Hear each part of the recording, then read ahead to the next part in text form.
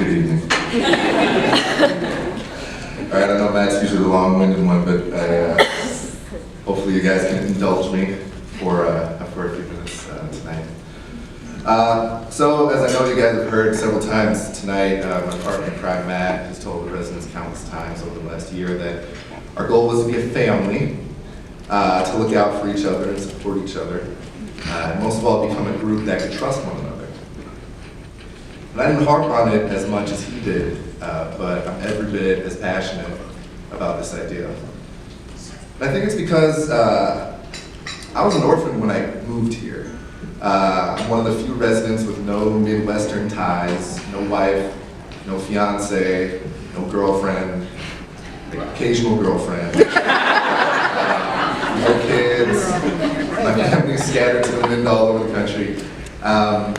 And then I started this horrible thing called residency, which, as it turns out, it was not primarily about learning how to practice medicine and surgery. There were other parts of it too. It was about social politics. It was about hierarchy. It was about expectations, both written and not written. It was about judgment.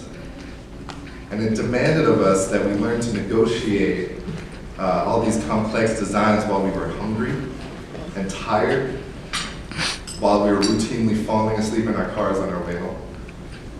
I can't even count the number of times I don't remember how I got back to Royal Oak. But surgeons shouldn't get tired. They should always be able to stay late and complete cases. It's an operating room. It should take all the pain and exhaustion away. And as a culture, we've kind of historically demanded the impossible from exceptional people. And refused to remind them often enough that yes, what we're asking of you is unreasonable. And 99% of humans on planet Earth couldn't do what you do for a week, let alone for like 5 years. And we don't communicate to each other that we appreciate and understand the pain and the confusion and the sleep debt and the hunger and the loneliness. So what I learned over the last 5 years is that each of us suffers in silence at some point during this ride. Every one of us. I know that I did. So depression is a funny thing. It runs in families. It runs in my family. It's something I've struggled with for my entire life, and it really likes to rear its head in those times when I'm feeling really out of control. And during my first couple of years here, that's exactly what I was. I was struggling to learn what was expected of me at work and had nobody who wanted to take the time to explain it. So I was floundering and I didn't even know it. And I got myself mixed up with, in an abusive relationship with an alcoholic. I was drinking too often myself. And despite what I've always been able to show you, there was a long time in that span when I felt no feelings about anything. And it was in those days that I didn't know if I cared enough to be alive, let alone make it to the end of 5 years. So when I came out the other side of that, I figured out lots of creative ways to be my own cheerleader, as I knew I had to fight my way back into good standing. But that wouldn't be enough. You can't survive, let alone succeed at this when you're alone. So everyone at my table tonight has lifted me up at several points when I would let you. No one more so than my mom, who pretty much went through residency with me from afar for 5 years.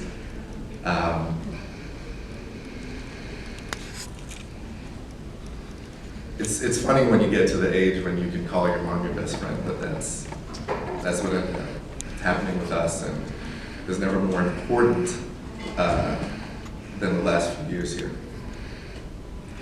But having your family far away just wasn't enough, and I realized that. And feeling alone because I couldn't trust other residents to look out for me, I wasn't going to survive that way. So I knew that something needed to change, and the culture needed to change. And I knew that if I wanted to see it, it would have to start with me. And I share all these things tonight with you guys that you probably didn't know about me, because I feel like this is how we start to do better. Like, we can't trust each other if we're afraid to be vulnerable. And I hope that's something I've been able to share with my fellow residents. All the residents who have come up behind me know that I'm someone who took their education and their well-being very seriously. At least I hope that you guys do. I held you to a higher standard than I held myself as a junior resident, and that's because that's what I wish someone had done for me. I decided I didn't care about the old culture of staff complaining about juniors' personality quirks and never actually telling them. And so many of us have had conversations about the importance of your work persona and how it might have to be different from who you are in real life, because I didn't want you to have to learn it the way that I did. Ayaka. All I want you to do is keep pushing yourself. You're coming into your own faster than you realize. And Warren, thank you for trusting me enough to talk those times when you felt like, you know, you're really starting to get tired. And Anna. So the thought that I would have the opportunity to come in and try to teach you something has been my reason for getting out of bed and going to work more often than you know. So thank you for that. And Josh and Laura, each of you has found your balance and you've learned your leadership styles. I'm really proud of you both, and it's been awesome to watch. And you're ready for this. So good. And Matt, I don't have a lot of words for you, but I do want to say thank you for always offering to be there for me. Even when I wasn't ready to accept it, I always did appreciate it. So thank you for that. To the staff, thank you guys for allowing me to overcome first impressions that you guys had. And thank you for pushing me further than I thought I could go. And for all the residents coming up behind me, just remember that you're not beholden to anyone's idea of what a doctor or a surgeon is supposed to be. Each of you has something very amazing inside you, and I know because I've seen it. So use it, and don't apologize for it. Thanks.